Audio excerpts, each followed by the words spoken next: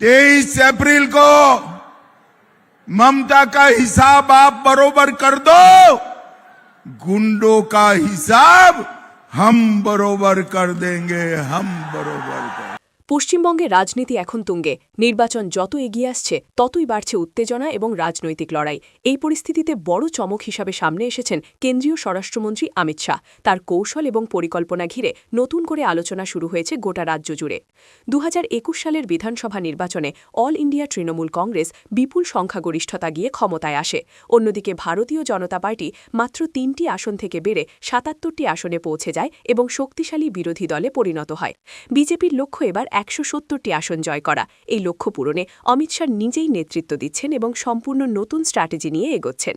আগের তুলনায় এবার বেশি জোর দেওয়া হচ্ছে মাইক্রো ম্যানেজমেন্ট, বুথ লেভেল সংগঠন এবং সরাসরি কর্মীদের সঙ্গে যোগাযোগের ওপর। তিনি দীর্ঘ সময় ধরে রাজ্যে অবস্থান করে কর্মীদের সঙ্গে বৈঠক করছেন এবং প্রতিটি এলাকার পরিস্থিতি খতিয়ে দেখছেন।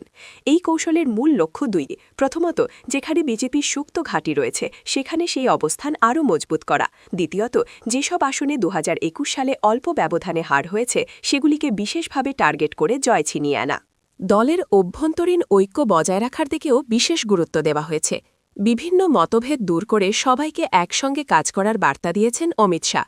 बंगाल के सारे कर्मचारियों को 45 दिन में 7वां वेतन आयोग की तनख्वाह और डीए दोनों देने का काम भारतीय जनता पार्टी करे।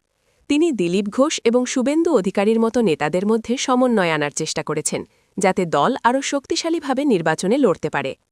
এছাড়াও সদস্য সংখ্যা বাড়ানোর জন্য বড় আকারে সদস্যতা অভিযান চালানো হচ্ছে, যার মাধ্যমে লক্ষ লক্ষ নতুন কর্মী যুক্ত করার পরিকল্পনা রয়েছে। এতে তৃণমূল স্তরে সংগঠন আরও শক্তিশালী হবে বলে মনে পড়ছে দল। এই নির্বাচনে বিজেপি বেশ কয়েকটি গুরুত্বপূর্ণ ইস্যুকে সামনে নিয়ে আসছে: অনুপ্রবেশ, দুর্নীতি এবং কৃষকদের সমস্যা। এই 3টি বিষয়কে কেন্দ্র করেই তাদের প্রচার কৌশল গড়ে উঠছে। রাজ্যের আইন শৃঙ্খলা পরিস্থিতি এবং নিরাপত্তা নিয়েও প্রশ্ন তুলছে তারা। পাশাপাশি পোটেটো ক্রাইসিস বা আলুর দামের বিষয়টি তুলে ধরে সাধারণ মানুষের দৈনন্দিন সমস্যাকে সামনে আনা হচ্ছে। মুখ্যমন্ত্রী মমতা ব্যানার্জির সরকারের বিরুদ্ধে সরাসরি আক্রমণ শানাচ্ছে বিজেপি। তাদের দাবি, রাজ্যে দুর্নীতি বেড়েছে এবং উন্নয়নের গতি কমে গেছে। এই নির্বাচনকে তারা তুলে ধরছে ভয় ও দুর্নীতি বনাম উন্নয়ন ও সুশাসনের লড়াই হিসেবে। প্রতিশ্রুতির দিক থেকেও বেশ কিছু বড় ঘোষণা করেছে বিজেপি।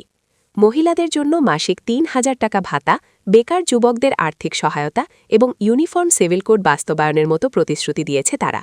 और ये दीदी लोग इतनी बड़ी संख्या में आए हैं, आप सबके बैंक अकाउंट में 3000 रुपया हर महीना ट्रांसफर कर दिया जाएगा। और युवाओं, बेरोजगारी भत्ते के रूप में युवाओं के बैंक अकाउंट में भी हर महीना 3000 रुपया देने का काम। आप भाजपा सरकार बना लो दीदी लोग, किसी को भी 4 शादी नहीं करने देंगे। यूनिफॉर्म सिविल कोड हर एक नागरिक के लिए समान नागरिक कानून लाने का काम भारतीय जनता पार्टी करेगी। পাশাপাশি চা শিল্প, পাট শিল্প এবং সামগ্রিক অর্থনৈতিক উন্নয়নের ওপরও জোর দেওয়া হয়েছে। भाइयों बहनों, चाय बागान की इंडस्ट्री खत्म हो रही, इसके श्रमिकों के वेतन में बढ़ोतरी नहीं करते, इनको भूमि का हक भी नहीं दिया है।